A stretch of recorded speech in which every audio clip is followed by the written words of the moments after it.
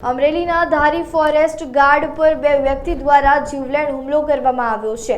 સરસિયા રેન્જની છતડિયા બીટના forest guard PL Gosai ફરજ પરથી ધારી આવતા માણાવાવના ઇસમો દ્વારા હુમલો કરવામાં આવ્યો છે। હુમલામાં વન વિભાગના કર્મચારીને મૂઢમાર વાગતા ધારી સરકારી દવાખાને રેફર કરવામાં આવ્યા છે। મારું નામ PL Gosai, forest guard છતડિયા Sarasiya રેન્જમાં હું ફરજ બજાવું છું। આજે વહેલી સવારે હું મારી ફરજમાં હતો।